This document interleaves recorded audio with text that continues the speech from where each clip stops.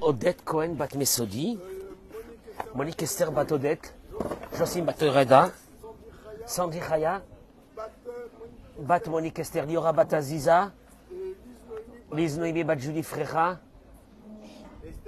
Esther Colette bat Remissa, Raphaël Ben Myriam Atoun, Déborah Isabelle Claire bat Maïcha. Pour la bracha et la tzlacha de vous tous qui êtes là ce matin, nous avons assisté ce matin, on a fait ce qu'on appelle le rachat du premier-né pour un monsieur de 47 ans que ses parents ne l'ont pas racheté. Il était le premier-né. Et ça bloque le mazal des personnes, ça bloque le mazal de la personne totalement.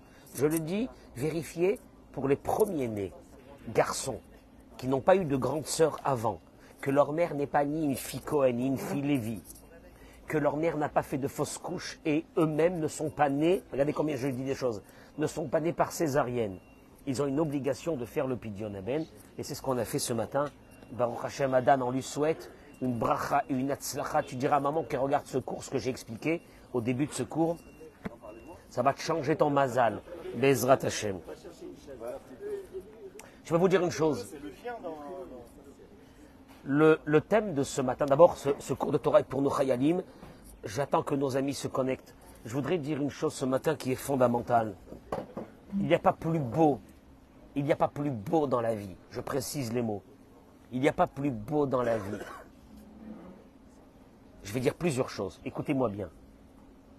De savoir aimer, de savoir être aimé et de s'aimer soi-même. J'ai dit trois choses. D'aimer, d'être aimé et de s'aimer soi-même.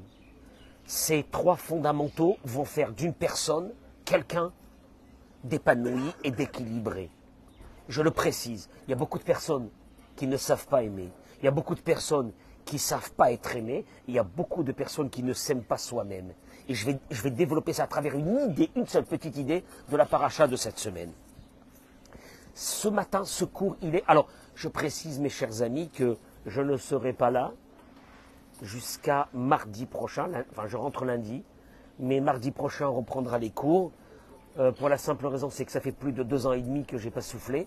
Donc, je vais prendre juste quelques jours. Nous allons prendre avec mon épouse quelques jours de repos, simplement, pour que je revienne. Olivier est content. Il est content. Il a un sourire. Il sourit pas. Il a un sourire qui se débarrasse de moi pendant plusieurs jours. Et là, l'amour, elle est forte, là, ici. Il est content. Baruch Hashem. Et il rajoute que lui aussi, il ne sera pas là quelques jours.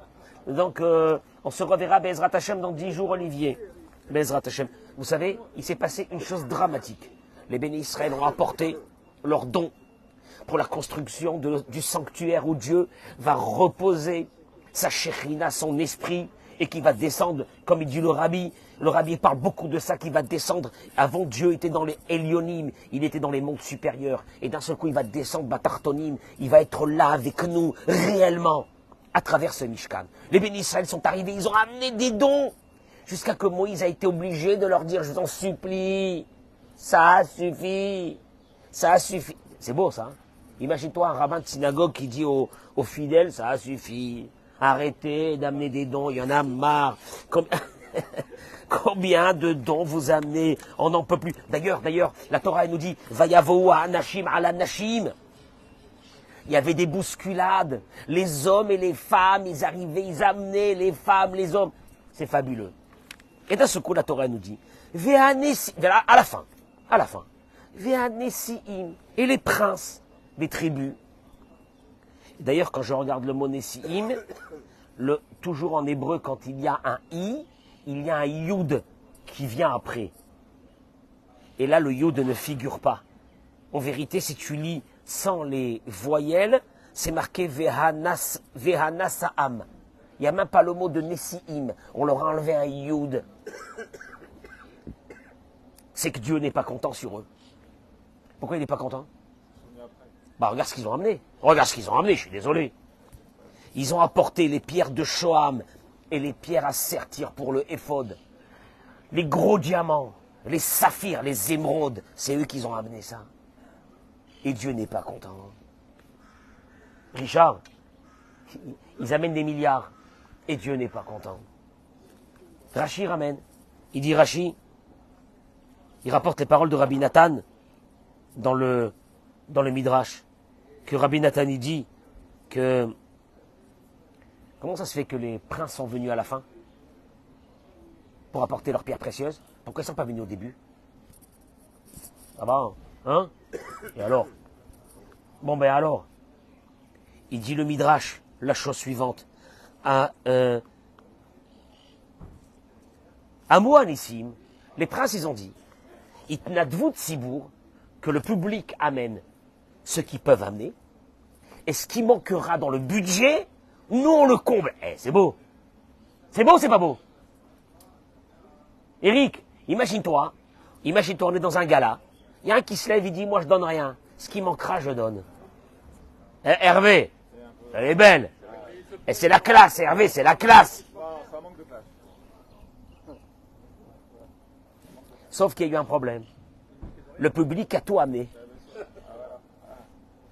Ils se sont retrouvés en disant, alors qu'est-ce qu'on va faire nous? Qu'est-ce qu'on va amener?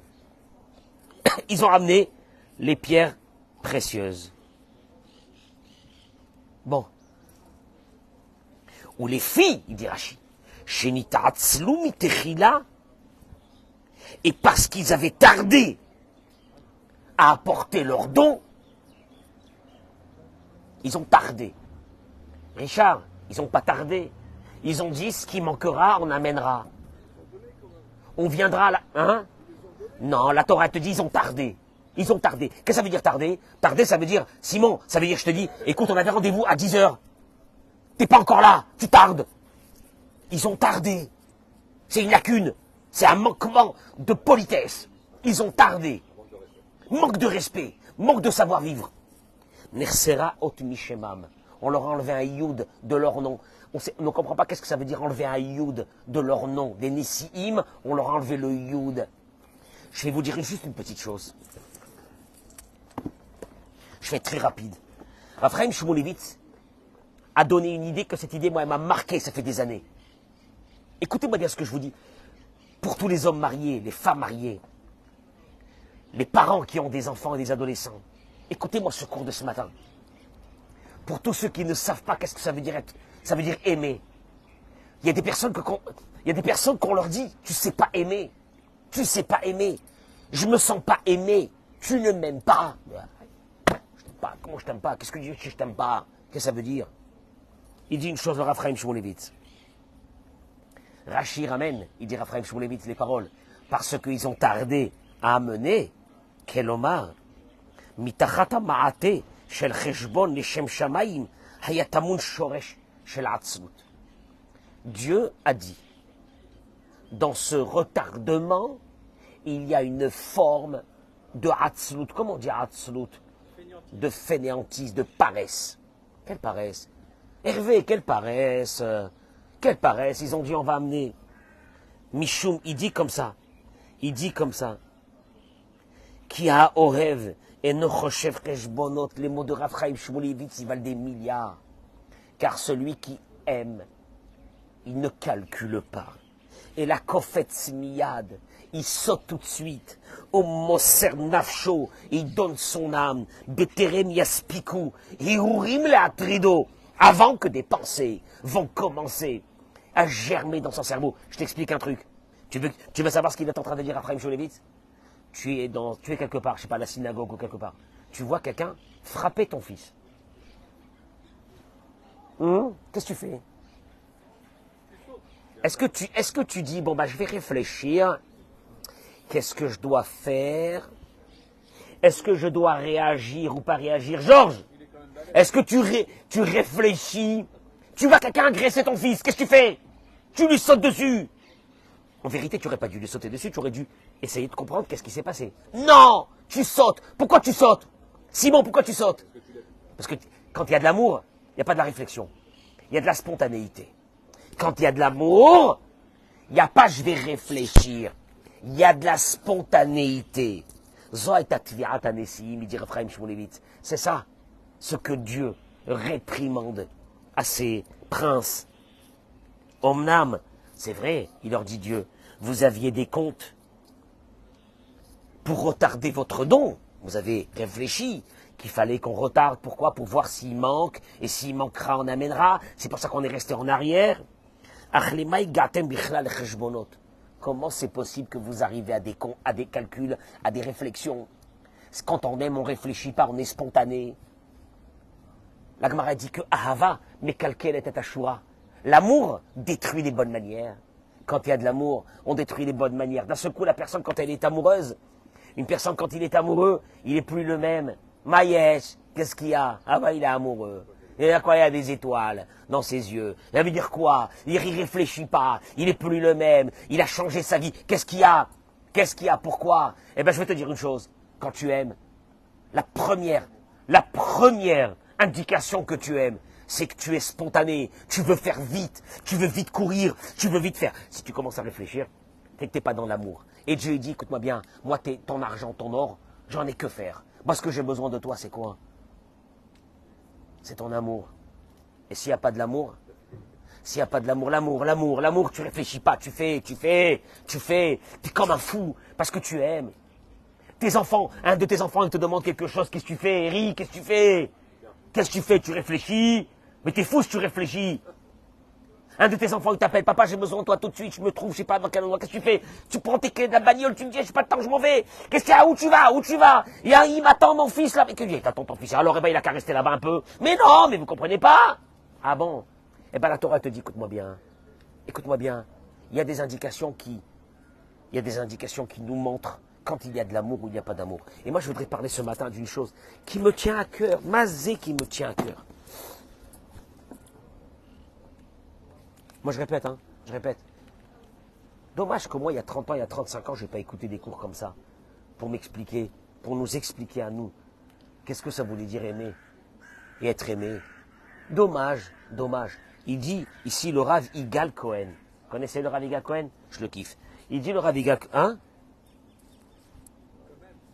T'as vu comment c'est sorti? C'est spontané. J'ai dit je le kiffe. T'as remarqué ou non? C'est spontané. Ben oui, quand tu aimes, c'est spontané. Quand tu aimes, c'est spontané. Il n'y a pas de chichi. Il n'y a pas de réflexion. Il dit comme ça.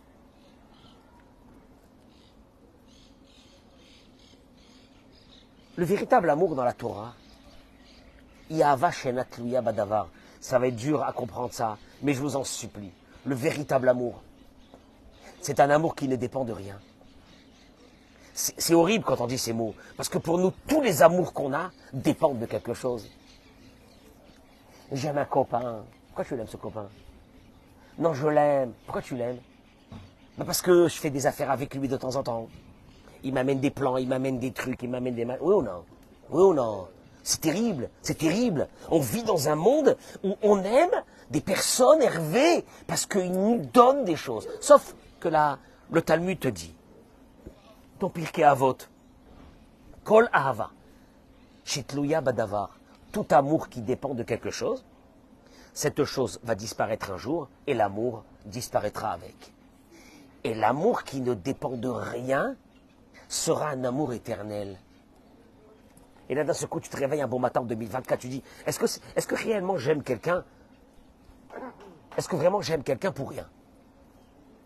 Parce que je viens d'apprendre maintenant que tout amour qui dépend de quelque chose, quand ce quelque chose disparaîtra, l'amour disparaîtra. Donc ça veut dire quoi? Donc je suis voué, comme certaines personnes, à aimer des gens, mais épisodiquement. Parce qu'ils m'amènent des choses. Et puis quand ils m'amèneront rien, je les aimerai plus. Ça s'appelle de l'amour, ça? Il te dit c'est pas de l'amour. C'est un amour éphémère. Gever, il dit un homme qui aime sa femme pour son physique, ou son intelligence, ou parce qu'elle va l'aider dans la vie. Il n'aime pas vraiment. Et la preuve, je peux vous dire une chose, et partagez-moi ce cours, mesdames et messieurs. Je vous en supplie, partagez-le. Des centaines de couples disparaissent chaque année. Des milliers de couples disparaissent chaque année. Parce qu'ils ont conçu leur couple à travers un intérêt. C'est que le mari ou la femme vont avoir un intérêt. Sauf que les intérêts, un beau matin, disparaissent. Vous devez comprendre, ils disparaissent. Et donc l'amour disparaîtra le même jour. Et là, il dit une chose. Kemo, il dit, vous savez, ça ressemble à quoi quand on aime quelqu'un pour son physique, ou son argent, ou quelque chose comme ça? Tu sais à quoi ça ressemble? À quelqu'un qui va dire, j'aime les poissons. Hein? j'aime les poissons. Il dit Arikulanu Yodaim, on le sait. Il n'aime pas les poissons.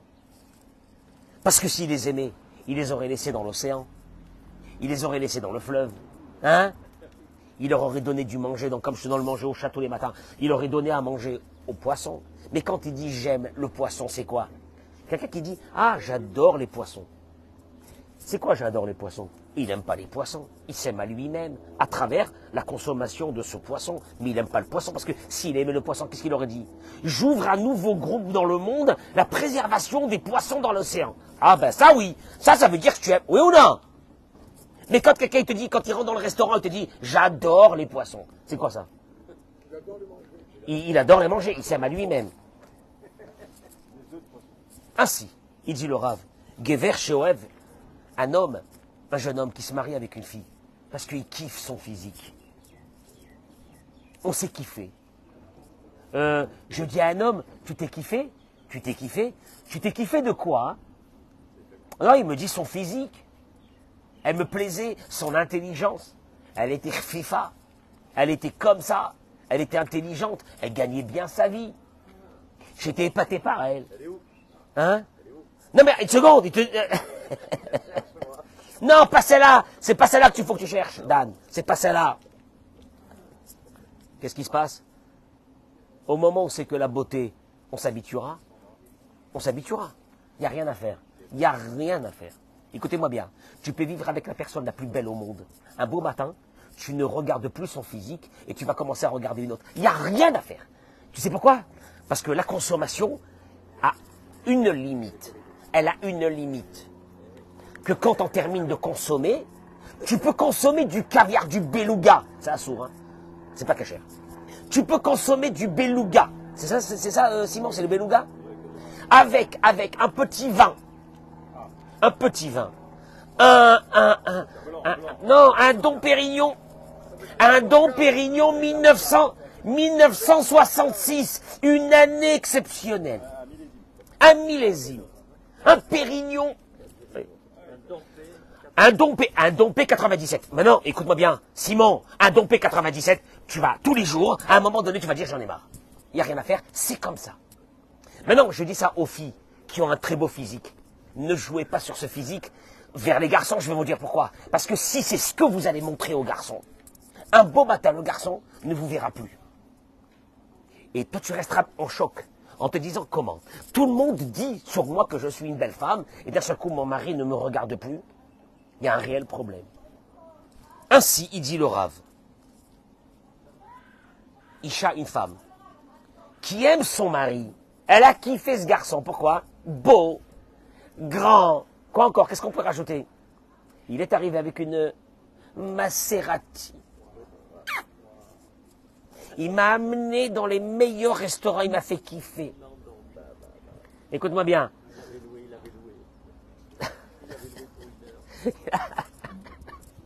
Pour 2 heures. Simon, si ce mari un jour a des revers et qu'il ne pourra plus te donner ce rêve, hein, et qu'il va gagner par mois 2000 euros, 3000 euros. Maman, hein, rien que dans ton 3000 euros, ça, déjà 3000 euros, hein, dans ton 2-3000 euros, tu commences à avoir de l'eczéma. Quoi? Mais comment je pourrais vivre avec un homme pareil? C'est un loser. Écoute-moi bien, il dit le Rav. De la même façon, il dit le Rav, Baya Chamoura, un problème énorme, et d'ailleurs, malheureusement, très développé. C'est que nous aimons, et d'ailleurs, ce problème peut détruire, c'est une parenthèse qui fait le Rav, qui peut détruire des enfants dans une maison. Lequel? C'est quand on aime un enfant parce qu'il réussit ses études. Et on lui dit on t'aime parce que tu es le plus intelligent. C'est beau, c'est mimi. C'est pas mimi, c'est destructeur. Pourquoi? Il dit une chose. Parce que l'enfant à ce moment-là, il dit j'ai une obligation de continuer à être le meilleur pour que mes parents continueront à m'aimer. C'est horrible. Sinon, ils arrêteront de m'aimer. Il dit vous devez faire passer un message, vous les parents, qu'un enfant l'aime sans condition. qui peut être le plus tordu, qui peut être, Olivier, un enfant qui t'a fait je sais pas quoi dans la vie. Tu sais pourquoi tu l'aimes? Pour rien, comme ça. Inconditionnel. Il termine le Rav et il dit, un enfant qui sait qu'il est aimé inconditionnellement sera un enfant très fort dans la vie. Un enfant qui sait qu'il est aimé pour sa réussite, ce sera un enfant qui vivra dans la terreur toute sa vie de continuer à réussir. Et il y a des adultes qui ne se supportent pas. S'ils ne réussissent pas, ils préfèrent en mourir pour la simple raison. C'est que depuis qu'ils étaient jeunes, on les a aimés pour leur réussite. Et ils se disent c'est une question de vie ou de mort si je ne réussis pas. Et le jour où ils réussiront pas, ils diront bah ça y est, c'est la fin. Le suicide, je ne sais quoi. C'est terrible ce que je suis en train de dire. Et d'ailleurs, il dit le Rav, aimer les amis, il faut les aimer sans aucun intérêt.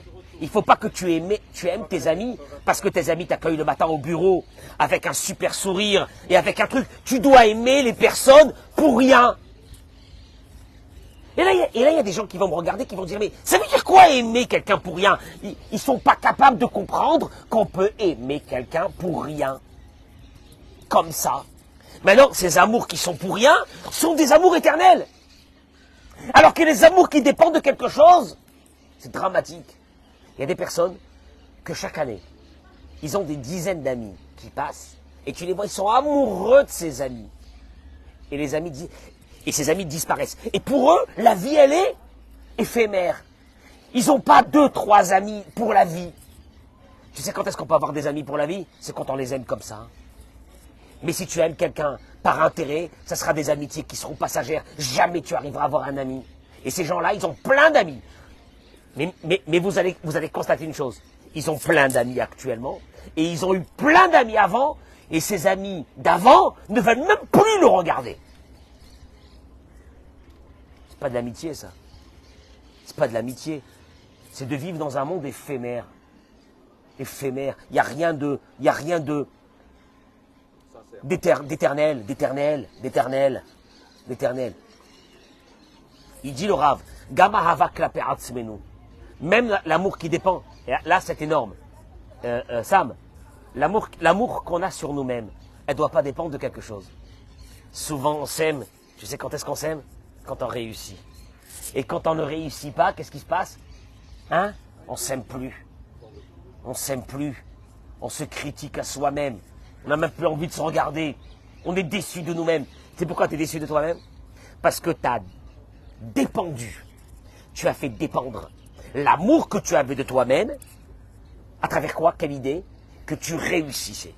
Et puis d'un seul coup, un bon matin, quand tu ne réussiras pas, parce que dans la vie, c'est cyclique. Il y a des moments où on réussit, des moments où on est en bas, des moments où on est en haut, des moments où on est en bas. Et tu te regardes et tu dis, je m'aime plus. T'as pas honte? Tu devrais t'aimer. Tu devrais t'aimer à toi-même, il dit le Rav. Sans condition. Sans condition. Je termine par une chose. Il dit, Pe'amim Rabot, beaucoup de fois sont venus chez moi des jeunes hommes, la veille de leur mariage, et ils m'ont dit, donne-moi, il dit le Rav, donne-moi un conseil pour que je puisse aimer mon épouse dans 30 ans, la même chose que je l'aime maintenant. Hein? Ben oui. Ben oui. En vérité, la question, elle est quoi? La question, elle est quoi? Il dit le Rav. Je vais la développer. Il aurait dû venir et dire au Rav, je sais que mon épouse, ou bien vice-versa, je sais que mon épouse, ou je sais que mon mari est rempli de défauts, comme tout le monde. Comment pourrais-je continuer un jour à aimer quelqu'un qui a des défauts? Alors là, je vais rentrer dans le génome de l'amour. Parce qu'en vérité, qu'est-ce qui nous casse l'amour? C'est qu'un bon matin, on se met à voir chez l'autre les défauts. C'est bizarre. Simon, c'est bizarre.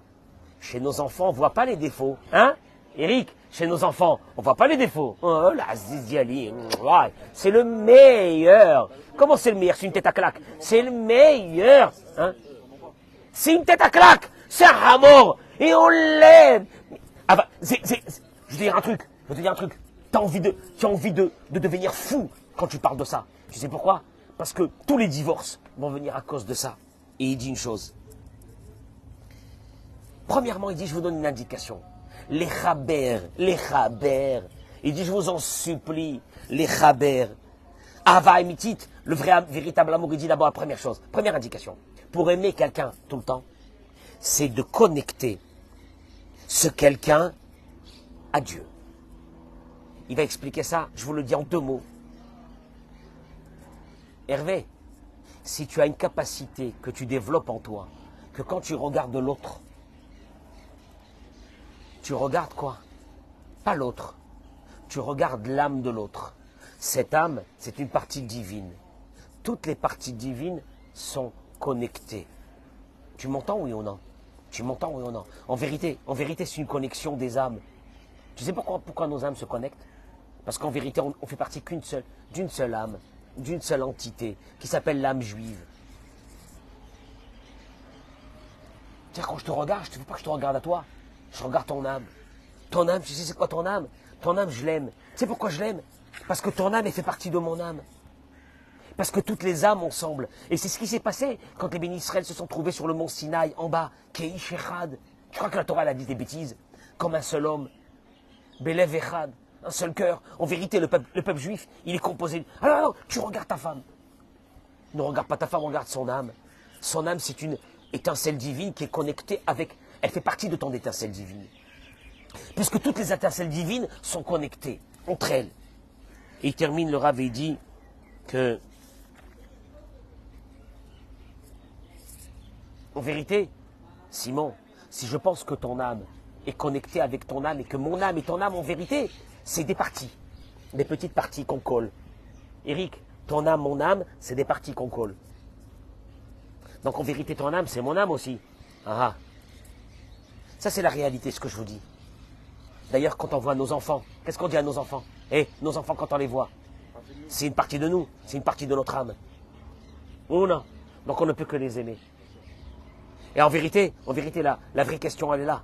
C'est que tu verras jamais quelqu'un qu'un beau matin, il se met à prendre sa main gauche et à donner des coups à sa main droite. Tu fais. Mais qu'est-ce que tu... Oh, ben elle ne veut pas travailler en ce moment. Tu fais pas ça, pourquoi tu fais pas ça? Parce que ta main gauche, ta main droite, c'est la même chose. En vérité, ce qui nous manque à nous, c'est une vision réelle. L'âme de... Et là, tu peux aimer les gens gratuitement. Avatrinam. Pourquoi? Ben parce que quand je vous regarde, je regarde en fait compte des parties de vos âmes qui sont une partie de mon âme à moi. Est-ce que je peux haïr une partie de mon âme à moi? Non. Et là, il donne après une deuxième indication, je vous laisse partir.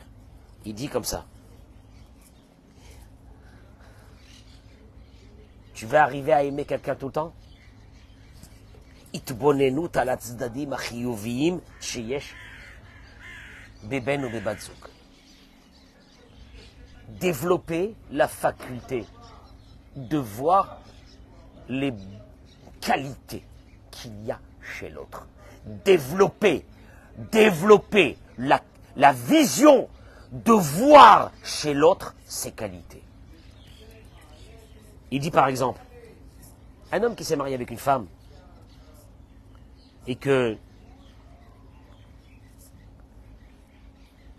en vérité, dans toute la période du mariage, du fiançailles, du mariage, de la connaissance, qu'est-ce qu'un homme y voit chez une femme? Ses qualités. T'as remarqué ou non? Que ses qualités. Il est émerveillé par ses qualités. Il est émerveillé par ses qualités. Et c'est cet émerveillement des qualités qui va apporter une chose qui s'appelle quoi? L'amour. C'est fou ce que je suis en train de dire, c'est fou. C'est fou.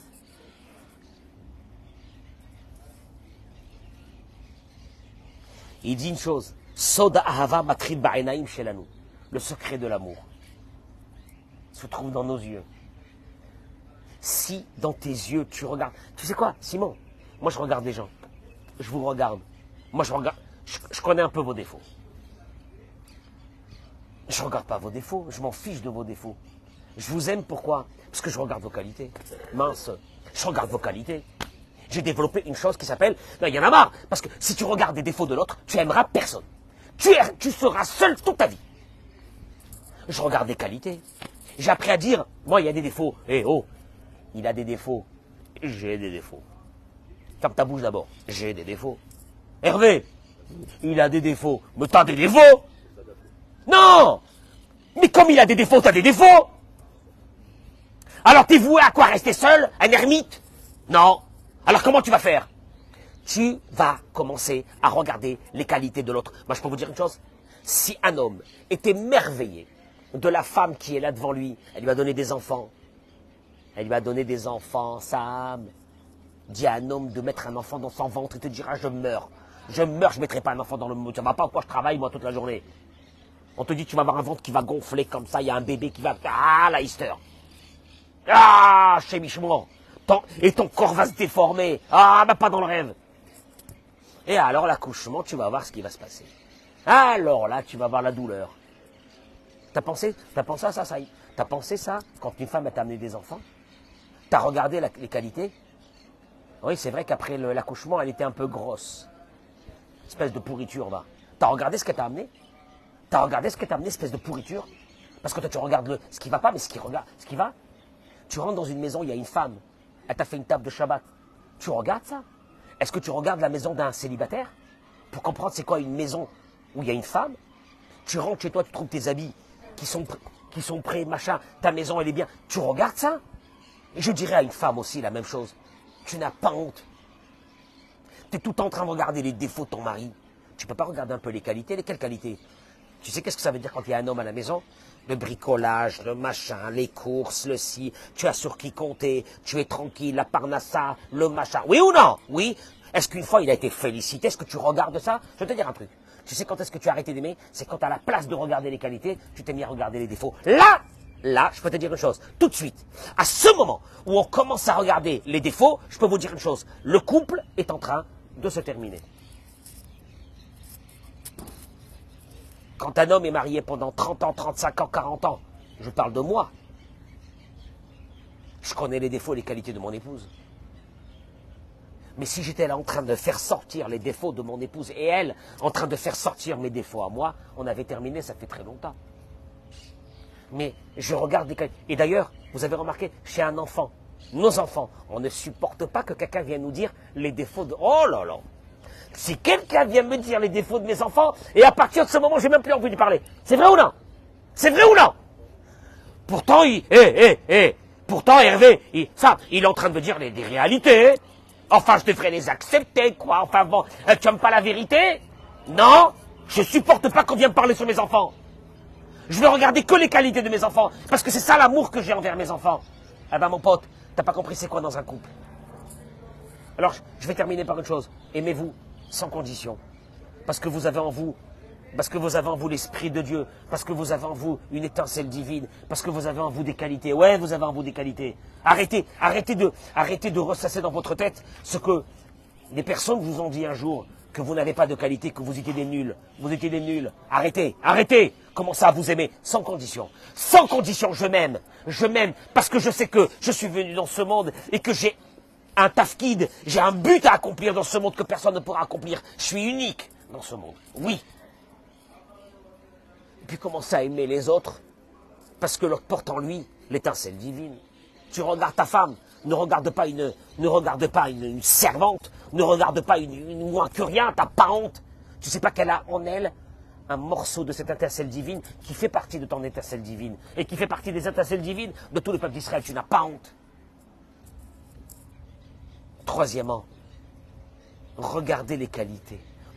Voilà l'amour de va venir. C'est l'amour de va venir quand ton œil se met à regarder que les qualités de ce que ta femme elle te donne, de ce que ton mari te donne. Tu n'as pas honte. Tu ne regardes pas les qualités. Si tu commences... Vous savez, une chose, il termine avec ça. Il dit comme ça. L'onitan leagia le'ava, on n'arrivera jamais à aimer quelqu'un. Imlonashkia, si on ne n'investit pas, bemarshava ou mahamatz, qui les cholechad, avec beaucoup d'efforts, à regarder les qualités de l'autre. Puis tu dis pourquoi?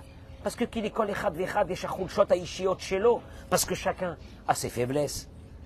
Ou pe'amim rabot anu notim leitrakez dafka bahem. Et souvent, on a développé notre vie à être Oui, mais alors dans ce cas-là, t'es pas dans la réalité. Si tu regardes que les bonnes choses et tu regardes pas les mauvaises choses, je t'explique. Tu regardes les mauvaises choses à partir du moment où dans un boulot, dans un travail, t'as commencé à regarder ce qui va pas, t'as plus rien à faire dans ce bureau. Tu peux dégager. Si quelqu'un dans une communauté commence à regarder ce qui va pas, elle a plus sa place dans cette communauté, elle peut partir. Si quelqu'un dans un couple se met à regarder que ce qui ne va pas, à partir de ce moment, ce couple, en vérité, est terminé. Mais tu sais d'où ça commence? Je vais te dire une chose, ça commence depuis le début de la vie. Si tu t'habitues à regarder les belles choses. Moi, quand je vous regarde, je le répète, moi, quand je vous regarde, Béhémet, Dieu, il est témoin. Je regarde, je m'émerveille de vous voir. Ma parole d'honneur, pourquoi? Tu sais pourquoi, Georges? J'ai appris dans ma tête, dans ma vie, à ne pas regarder ce qui ne va pas. À regarder ce qui va. Tu sais ce qui se passe? Tu aimes des personnes, j'aime des personnes, moi. Ça fait 30 ans, 40 ans, je les aime. Et ils m'aiment. Ah, t'as des amis 40 ans? T'as pas d'amis 40 ans? C'est que tu sais même pas aimer. Tu aimes par intérêt. Et donc, quand l'intérêt s'en va, tu changes d'amis. T'as jamais eu des amis de ta vie. Tu sais même pas c'est quoi aimer. Et puis, à la maison, ça sera la même chose. Parce que tu aimeras tant que tu as ton compte. Tant que tu as ton compte. Mais le jour où tu n'as plus ton compte, entre guillemets, et que tu n'as plus un intérêt, tu n'aimeras plus. Et c'est ce qu'on appelle aujourd'hui de l'amour. On appelle ça de l'amour, vous n'avez pas honte. Après, tu ne te poses pas une question. Sache que la fille que tu vas te marier, qui est très belle aujourd'hui, un jour, elle sera plus belle. Sache que le garçon que tu te maries avec lui aujourd'hui parce qu'il a une tonne de fric, un jour, il risque de ne plus avoir du tout d'argent. Est-ce que tu seras capable de l'aimer aussi, oui ou non? Sinon, je peux vous dire une chose, sinon, ne vous mariez pas, ça ne sert à rien. Vous faites juste le bonheur des traiteurs et des salles de mariage. Vous faites le bonheur des traiteurs et des salles de mariage. Si vous n'avez pas compris qu'un mariage, c'est un investissement du cœur, de l'œil, de changer de vision, de vie, de ne pas être un critique du matin jusqu'au soir, mais de regarder les qualités de l'autre. Et c'est ce qu'il disait Rabbi Elimelech de Lijensk, dans sa prière la plus fameuse. Aderaba, shenire kol echad ve'echad, ma'alat chaverenu, ve'lo chesronan. Akadosh Baruch Hu, donne-moi la possibilité de regarder les qualités de l'autre, et pas ses défauts. Les qualités de l'autre, et pas ses défauts. Parce que je t'explique, quand tu regardes les défauts de l'autre, tu devrais d'abord commencer à te regarder dans un miroir pour regarder tes propres défauts. Et peut-être que toi-même, tu es quelqu'un d'insupportable. Parce que toi, aujourd'hui, tu ne supportes plus l'autre. Peut-être que toi, tu es quelqu'un d'insupportable. Sauf que toi-même, sur toi-même, qu'est-ce que tu dis? Ah, moi, je suis quelqu'un de bien. Ah, je suis quelqu'un de sympa. Prends ces mêmes qualités que tu as de vision positive sur toi-même et mets-les sur l'autre. Tu sais ce qui va se passer? Ça va te changer ta vie. D'un seul coup, tu vas commencer à regarder les autres en te disant, ils sont extraordinaires. La vérité, je les kiffe. La vérité, c'est de la folie. Ma femme, elle est extraordinaire. Mon mari, il est extraordinaire. Il est super, je l'adore. C'est le meilleur du monde. Ma femme, c'est la meilleure du monde. On appelle ça l'amour. Et Akadosh Baruch Hu, il a dit, sur ces princes, il n'y a pas d'amour. Il n'y a pas d'amour là, vous réfléchissez, il n'y a pas d'amour. Il n'y a pas d'amour, je n'ai pas besoin de vos pierres précieuses. Vous pouvez les garder, vos pierres précieuses.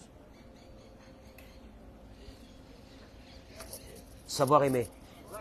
Qui c'est qui chante ça? Savoir aimer, c'est Laurent Padou. Hein? Laurent Padou. Bracha ve'atzlachadan. Si Dieu veut un mariage bientôt, Bekarob, amen. Toda rabba. Bracha ve'atzlacha. Reposez-vous quelques jours, que je ne suis pas là.